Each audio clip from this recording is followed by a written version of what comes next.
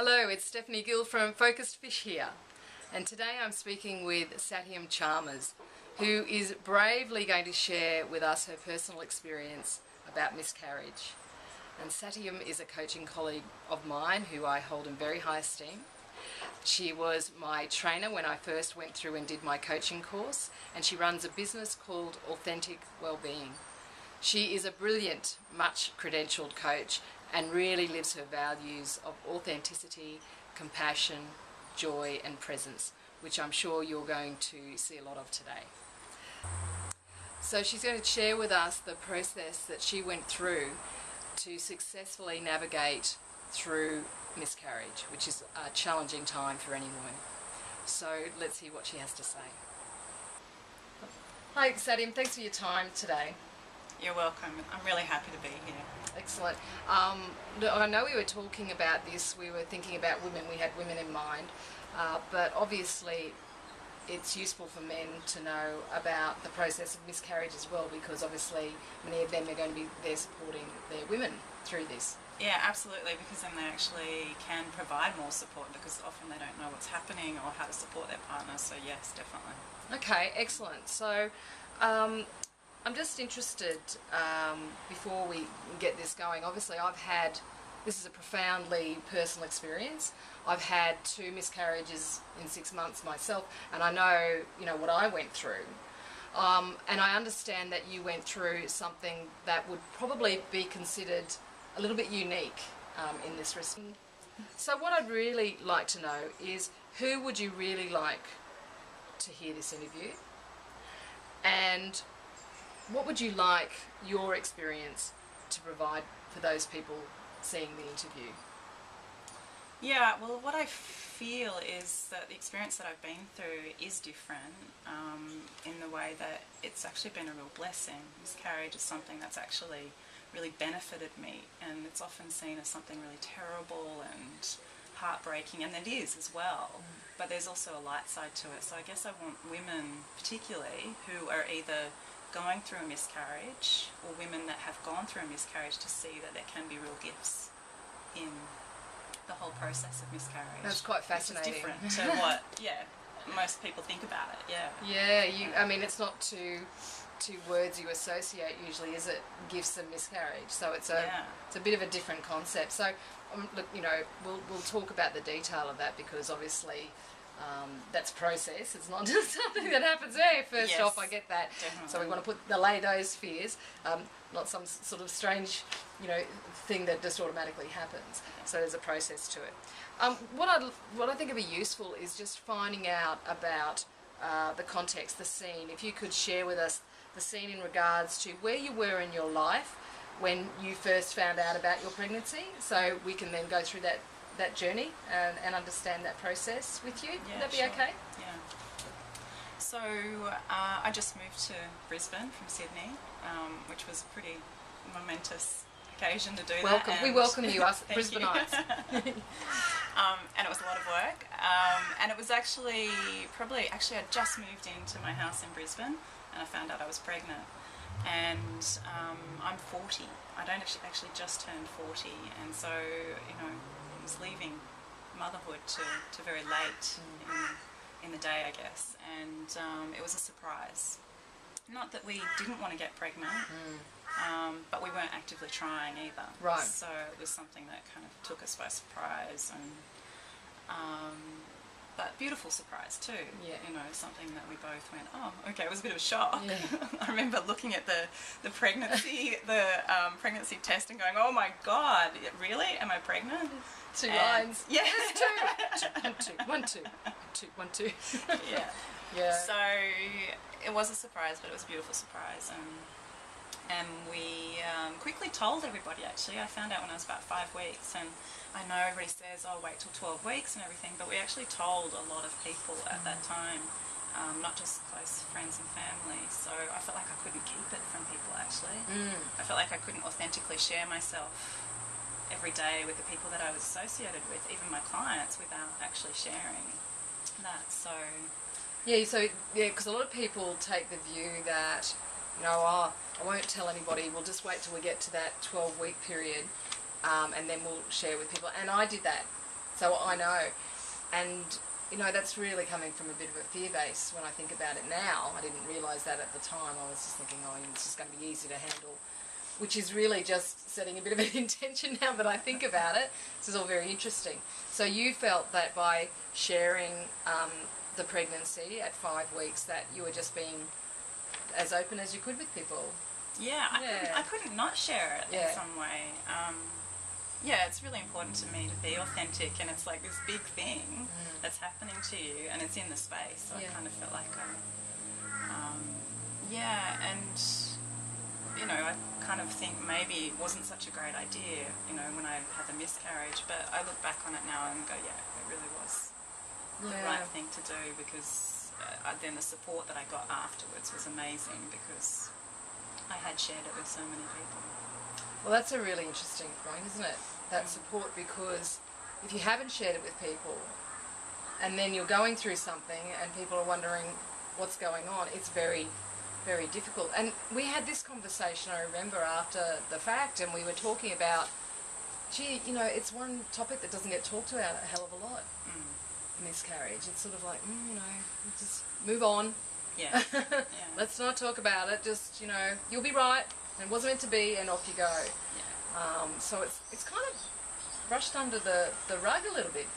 Yeah, it really is. Yeah. And that's what I discovered too, is that it really is something that, and I mean, often women find it really hard to talk about. Obviously, it can be a very painful thing to go through and talk about, particularly with people that you perhaps don't know that well.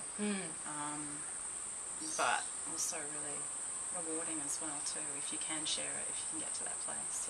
All right, well, we're starting the dialogue again here, so that's a really good start. So so you were pregnant, you were 40, you just moved to Brisbane, so a few changes afoot, bit of a transition.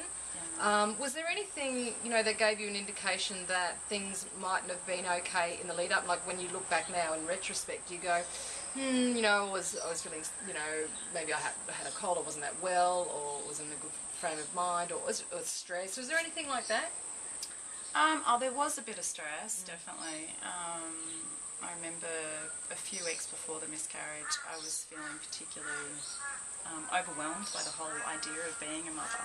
You know, spending 40 years not being a mother and then suddenly having to be a mother is a bit of a, it's a bit of a, and I'm sure most women when they first, you know, have a child will probably go through something like that to get their head around that big change, I guess. So there was a bit of overwhelm and stress, but I managed it well. My beautiful partner, Toll, he cooked for me, because I had so much morning sickness that he cooked for me the whole time, from about 6 weeks until the 10 weeks when I miscarried. So I don't think it was a particularly stressful time, but there was certainly some stress.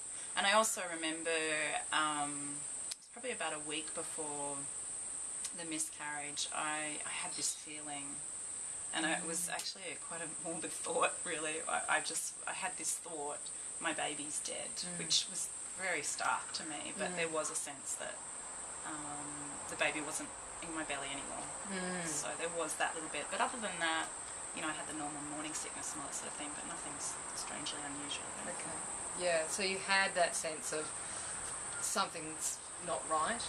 Now that's quite a strong message you got, really, wasn't it? Yeah. Because I'm just trying to think. In my first one, I don't think I had any indication up until when I got some, you know, contractions and cramping. Yeah. The second one was a different story, but we won't talk about me today. Maybe that's the next interview. Yeah, maybe. Hang on, how did that happen? Okay, deer in headlights. Yeah, well, we'll talk about that later, but perhaps. So you got to this point, you're pregnant, you had that thought. Just so lead us through the process. What happened then? Okay, so it was probably just a couple of days before my 10-week mark, and it was just a regular day, actually. I'd actually just put in all the weeks of my pregnancy up until the due date in my calendar, because I just wanted to keep track of all the weeks. And I'd actually just done that morning, and then in the afternoon I got some spotting and went into a bit of a panic, rang my doctor, and they said just go to the hospital. So I went to the hospital, and the hospital was really great. They, you know, moved through things pretty quickly, and had an ultrasound, and they basically said the baby hadn't developed past 6 weeks, and there was no heartbeat, basically. So, which was, finding that out was, at the time, I remember I went into total shock. And I saw I was going into shock too. I mean, my partner was there, so that was great. And I started shivering, and I could feel that that was symptoms of shock. And and then I just wanted to get out of the hospital. I knew I was miscarrying, and that's what was going to happen. And I just wanted to get out of the hospital in the safety of home to just kind of go through the process that I needed to go through. Wow. So just to get out of there and be in your own space and do it in your own way, in the safety of your own home. Once I knew I was miscarrying, I just wanted to go through the process naturally and just really, trust my body my process, I guess. That's interesting. And did they offer you any alternatives or anything, or just say go home and go through the process, yourself? Well, at that time I was only getting spotting, so they just said go and see your doctor tomorrow, and then from there, if you need to come back to the hospital, you can. They did say that sometimes women find it much better to come back to the hospital and go through the process there because there's a support there. But for me, I just wanted to be home, I guess, and I kind of trusted that. There was a moment in the hospital where everything was just chaotic around me, and it was before I had the ultrasound. I didn't know what was going to happen, and I was sitting there. This guy next to me was vomiting, and there was awesome noises everywhere. And I'm not used to hospitals either. I haven't been in a hospital for I don't remember when. Yeah. It's probably 20 years or something. Yay. Yeah. And it was just total mayhem, and I was feeling a bit anxious, and so I just closed my eyes and I went in, and I expected to feel like this real fear and this panic, but what I'd actually felt in that moment was a deep sense of peace amongst that chaos. Right. And I heard this voice very clearly say to me, everything's well, everything's fine. And I think that's why I also felt that going home was the best thing. Everything was fine, I could just trust. Okay. Yeah. So when you went inside, you had that overwhelming peace.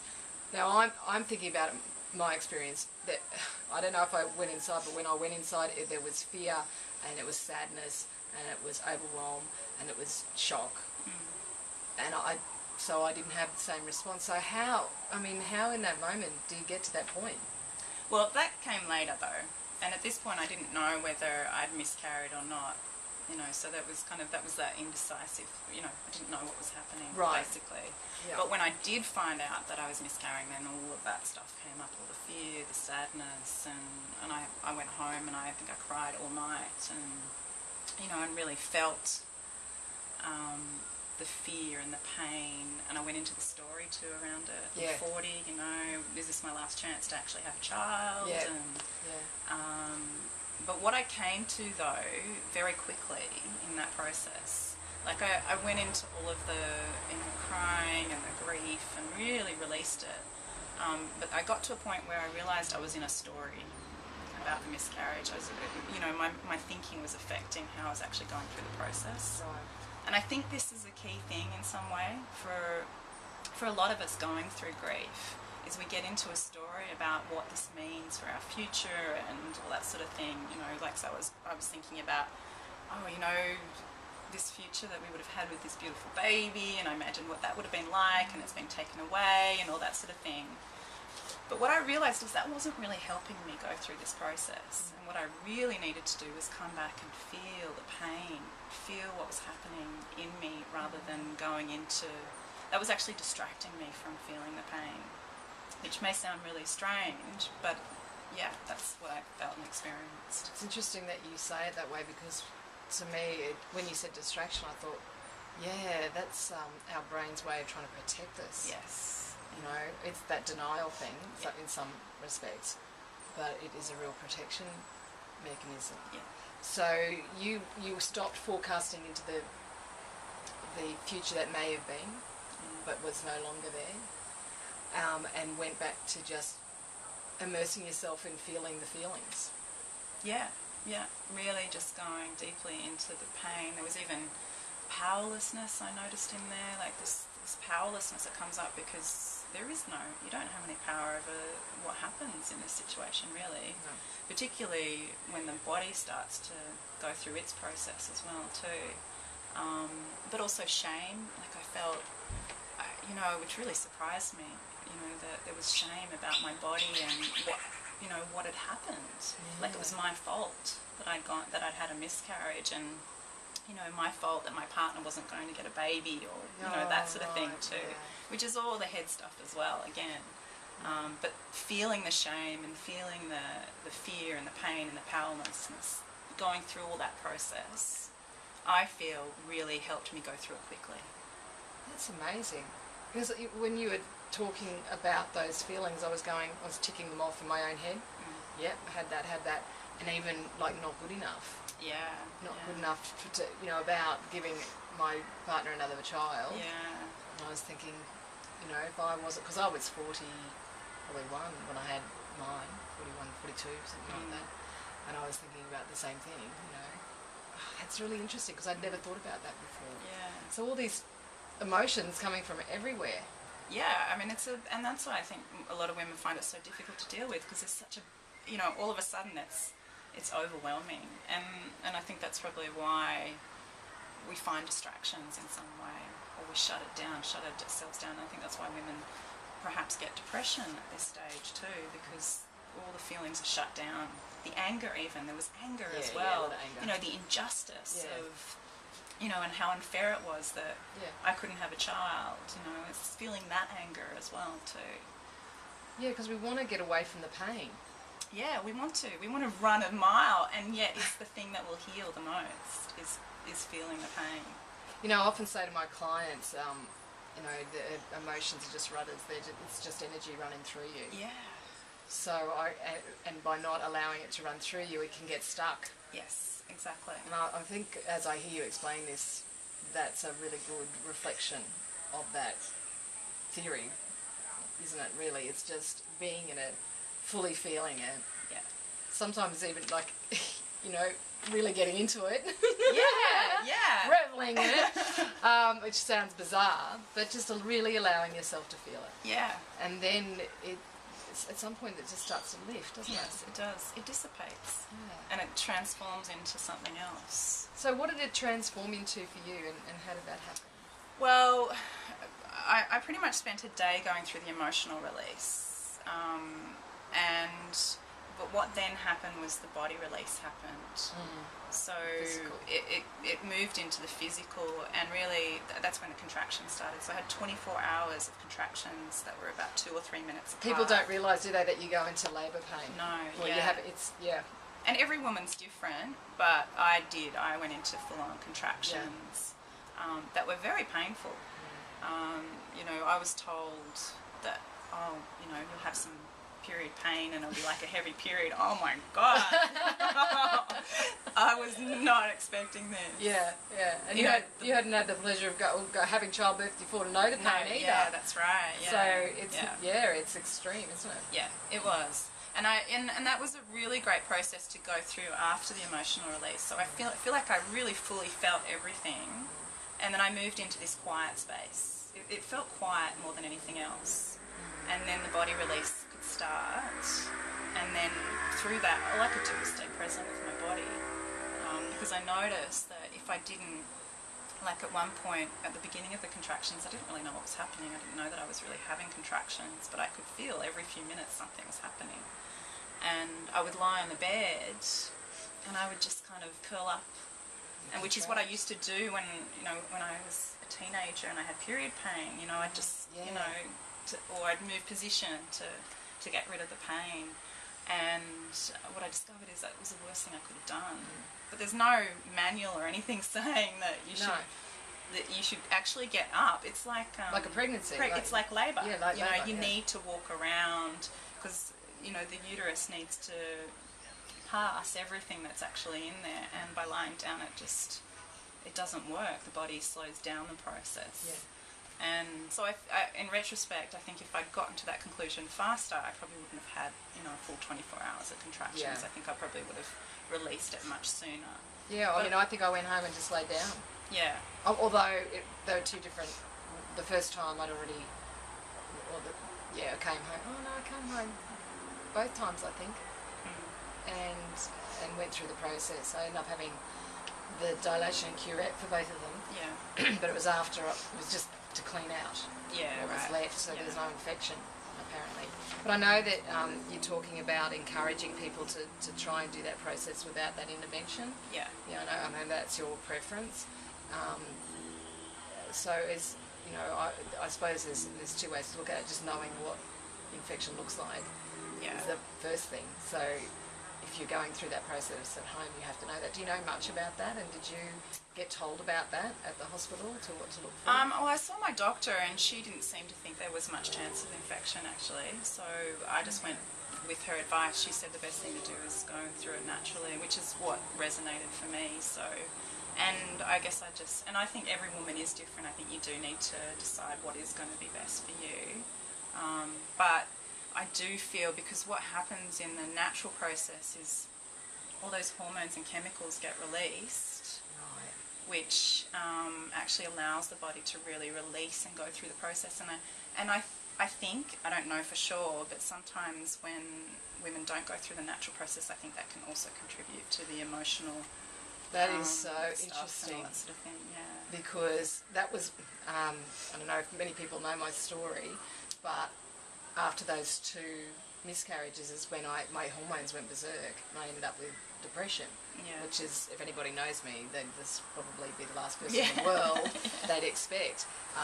But that's really interesting, because I don't remember being given a choice. I remember the OB saying, well, I think the best thing to do is go in and get this done. Wow. So make sure we get it all out and there's no infection. So I just went, oh, that's what you just have to do. Yeah. I didn't even realise, it wasn't until later when I hearing other people speak about it, but much later when I heard that, the body absorbs, all the leftover materials, what they call conception materials, and or discharges them. And I didn't know that. Yeah, wow. So if you're not given the choice, if you're not explained, particularly when you're in a heightened state, they have to make that very clear of emotion. It's, I think, important to explain that from the person. So absolutely, and that's what I would love women that watch this video to understand too, is that they do have a choice. Yes. To go through it naturally, and to be aware of infection. I think, if the bleeding's too much or you're too much pain, then obviously it might be a better idea to go to the hospital. Yeah, so just listen to yourself and your body. Yeah. I really feel that is the way to go.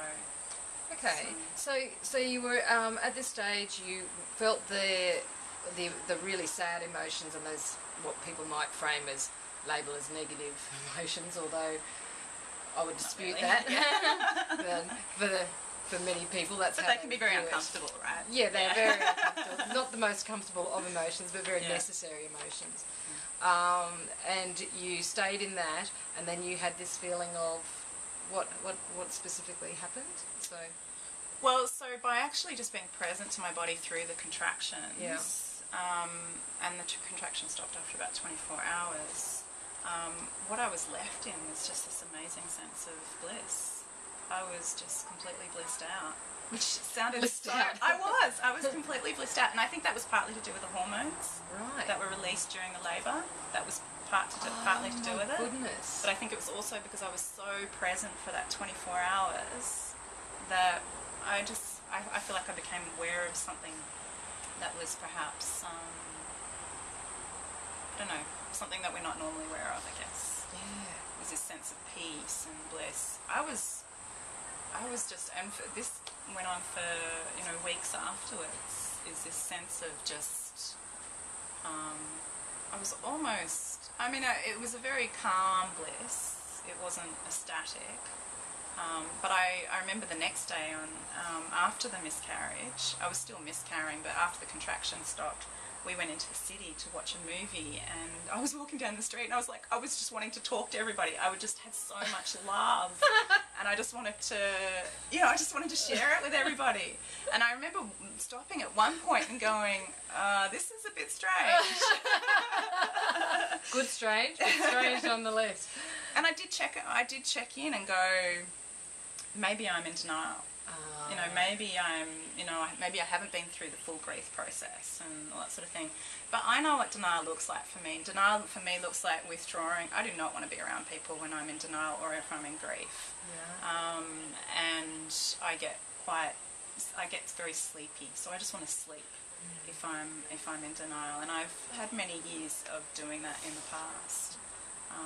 So this certainly wasn't denial. This was, wonderful, and I really let myself have it too, even though the rational mind's going, oh my God, this is not how you're meant to be after a miscarriage, because it was only 2 days after it started, pretty much. Yeah. So, isn't that interesting? Because we have, in Western society, I don't know what it's like in other cultures, certainly in ours, there's this expectation that you're going to be in grief, for a while, and, we understand that, and it's like we put these elongated time frames on, but really it's that old adage, isn't it, that you hear all the time, which I think is just well-meaning, but it's just so not well-placed, which is time heals all wounds. Yeah. And it's just not true. It's going through the process heals the Yeah. wounds.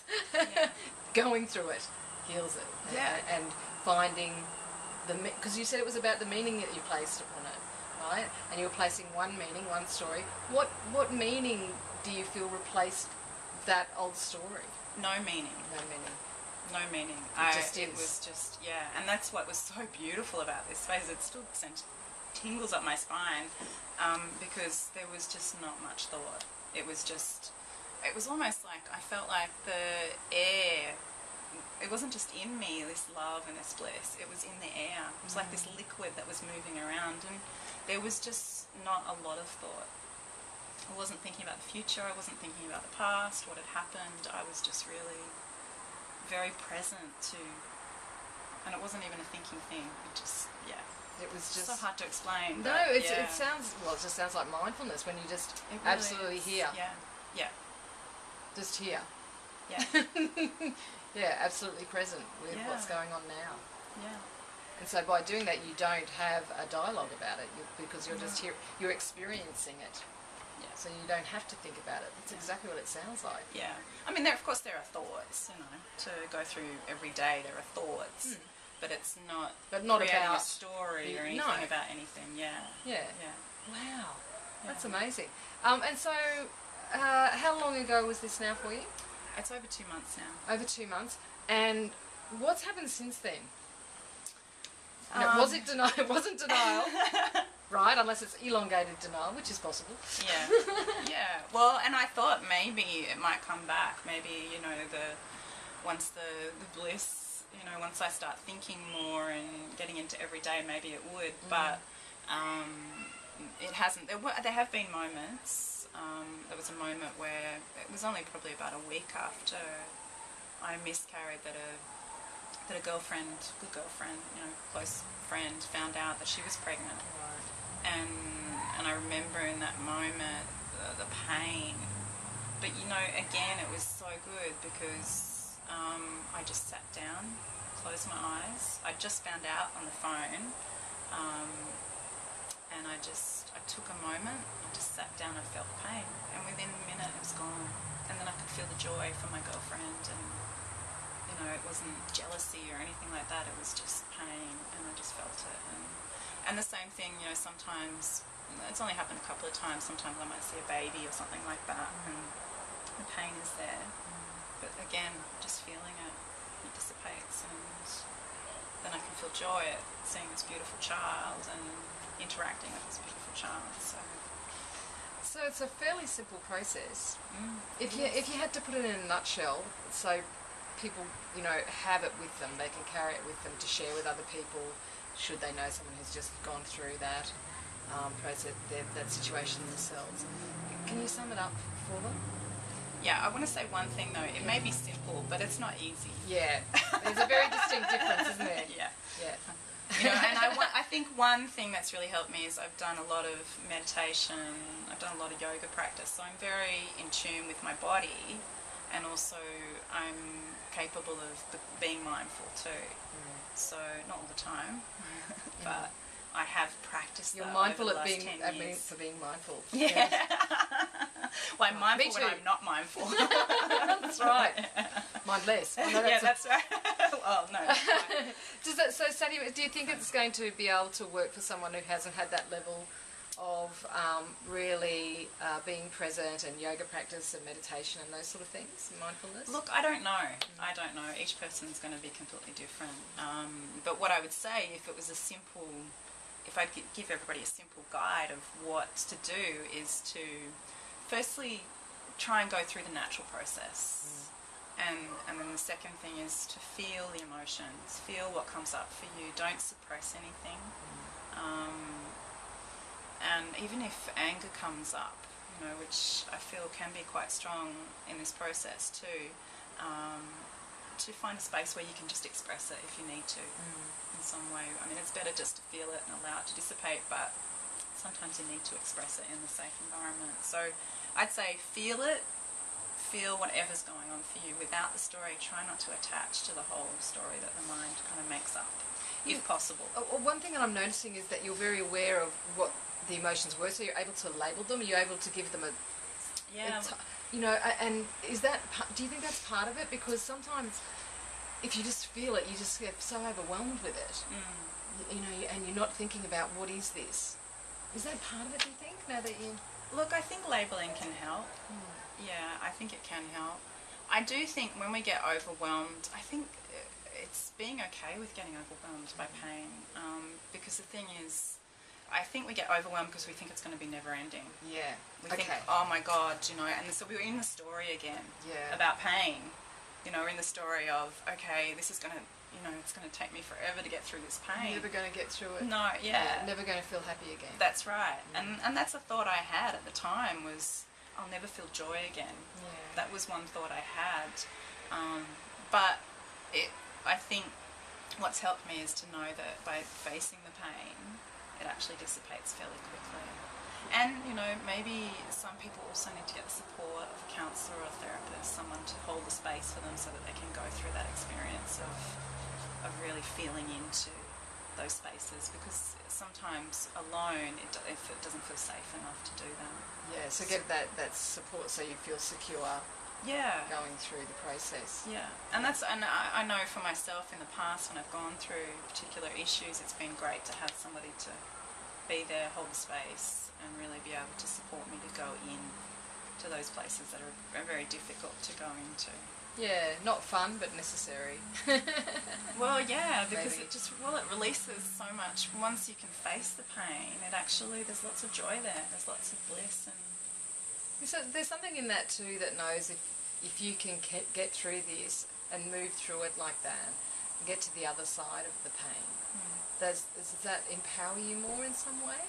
yeah, there's certainly a sense of empowerment. I felt so empowered after this experience. I was in total awe of my body and my process, and the creativity that's opened up for me in the last 2 months is incredible. Like, I've never been so, I mean, I probably have been creative in the past, but it's really opened a huge level of creativity for me. Wow. Yeah, which is what, you know, childbirth often does. Right. Is because childbirth is a creative process. It opens up the body, but it also opens you up creatively as well. Yeah, definitely, creatively, yeah. That word is a tricky one. So why? You sound now like you are a pregnant woman. That's how I spoke for 9 months plus. Okay. Well, still am sometimes. Because I'm being creative, Satyam.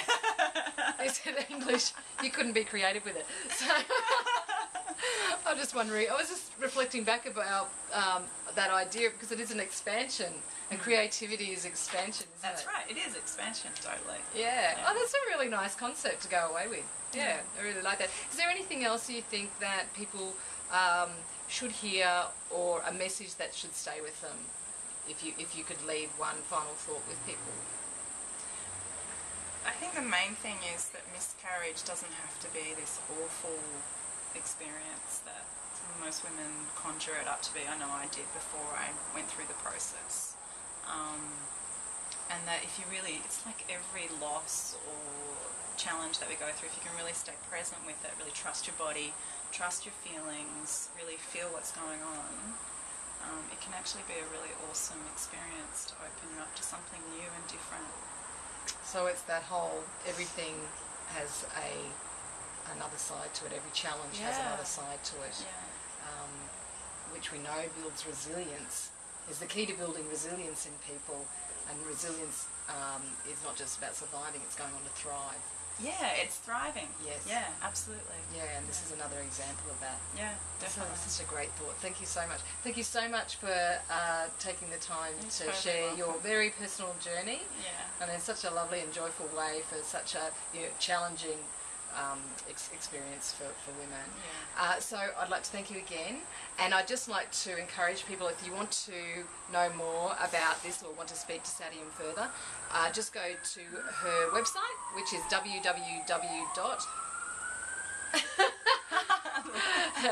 They're going there now, they're so excited about it, they're clearing the roads.